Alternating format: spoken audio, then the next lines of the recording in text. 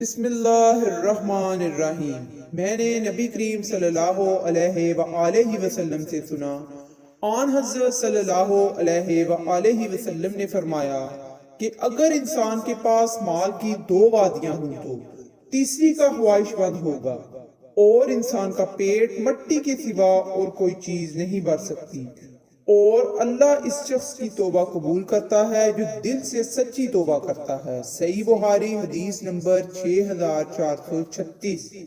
میں نے عبداللہ بن زبیر رضی اللہ تعالیٰ عنہما کو مکہ مکرمہ میں ممبر پر یہ کہتے سنا۔ انہوں نے اپنے خطبے میں کہا کہ اے لوگو، نبی کریم صلی اللہ علیہ وآلہ وسلم فرماتے تھے کہ اگر انسان کو ایک وادی سونا بھر کے دے دی جائے تو وہ دوسری کا خواہش مند رہے گا، اگر دوسری دے دی جائے تو تیسری کا خواہش مند رہے گا، اور انسان کا پیٹ مٹی کے سوا کوئی چیز نہیں بھر سکتی، اور اللہ پاک اس کی توبہ قبول کرتا ہے جو توبہ کرے۔ صحیح بخاری حدیث نمبر 6438۔ اور ان سے رسول کریم صلی اللہ علیہ وآلہ وسلم نے فرمایا کہ اگر انسان کے پاس سونے کی ایک وادی ہو تو وہ چاہے گا کہ دو ہو جائیں، اور اس کا منہ قبر کی مٹی کے سوا اور کوئی چیز نہیں بھر سکتی، اور اللہ اس کی توبہ قبول کرتا ہے جو توبہ کرے۔ صحیح بخاری حدیث نمبر 6439۔ نبی کریم صلی اللہ علیہ وآلہ وسلم نے فرمایا کہ زنا کرنے والا جب زنا کرتا ہے تو وہ مومن نہیں رہتا، وہ چور جب چوری کرتا ہے تو وہ مومن نہیں رہتا، شرابی جب شراب پیتا ہے تو وہ مومن نہیں رہتا۔ پھر ان سب آدمیوں کے لیے توبہ کا دروازہ بہرحال کھلا ہوا ہے۔ صحیح بخاری حدیث نمبر 6810۔ محمد بن جعفر نے کہا، ہمیں شعبہ نے عمرو بن مرہ سے حدیث بیان کی۔ انہوں نے کہا، میں نے ابو عبیدہ کو حضرت ابو موسیٰ رضی اللہ تعالیٰ عنہ سے حدیث بیان کرتے ہوئے سنا۔ انہوں نے نبی صلی اللہ علیہ وآلہ وسلم سے روایت کی کہ آپ نے فرمایا، اللہ عز و جل رات کو اپنا دست رحمت بندوں کی طرف پھیلا دیتا ہے تاکہ دن کو گناہ کرنے والا توبہ کرے، اور دن کو اپنا دست رحمت پھیلا دیتا ہے تاکہ رات کو گناہ کرنے والا توبہ کرے، اور وہ اس وقت تک یہی کرتا رہے گا یہاں تک کہ سورج مغرب سے طلوع ہو جائے۔ صحیح مسلم حدیث نمبر 6989۔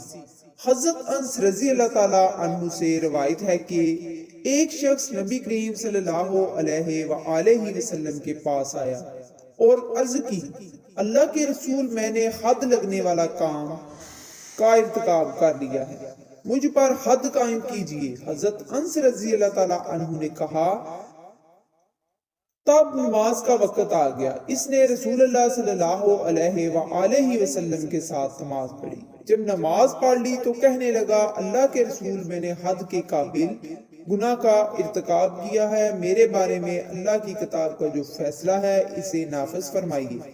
آپ صلی اللہ علیہ وآلہ وسلم نے فرمایا، کیا تو ہمارے ساتھ نماز میں شامل ہوا؟ اس نے عرض کی، ہاں۔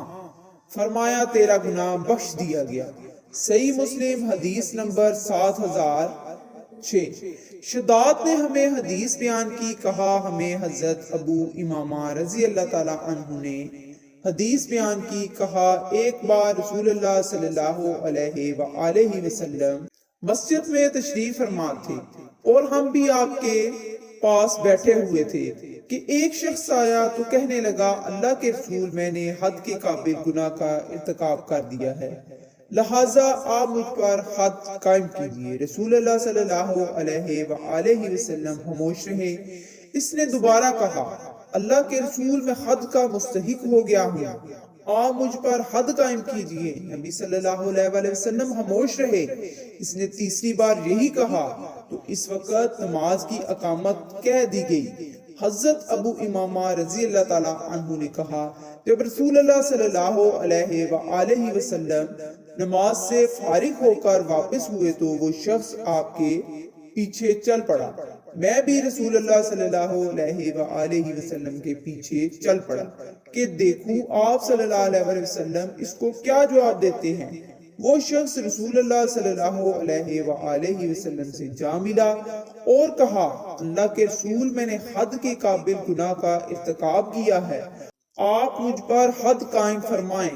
حضرت ابو امامہ رضی اللہ تعالیٰ عنہ نے کہا کہ رسول اللہ صلی اللہ علیہ وآلہ وسلم نے اس سے کہا، ذرا دیکھو، جب تم اپنے گھر سے نکلے تھے تو تم نے وضو کیا تھا اور اچھی طرح وضو کیا تھا۔ اس نے عرض کی، ہاں اللہ کے رسول، اچھی طرح وضو کیا تھا۔ فرمایا، اس کے بعد تم نے ہمارے ساتھ نماز پڑھی؟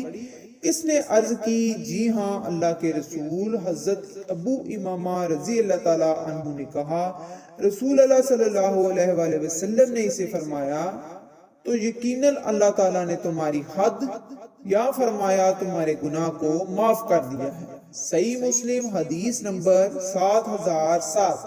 اور رسول اللہ صلی اللہ علیہ وآلہ وسلم نے ارشاد فرمایا، اللہ اس کے چہرے کو روشن کرے جو حدیث سن کر آگے پہنچائے۔ صلی اللہ تعالی علیہ وآلہ وسلم۔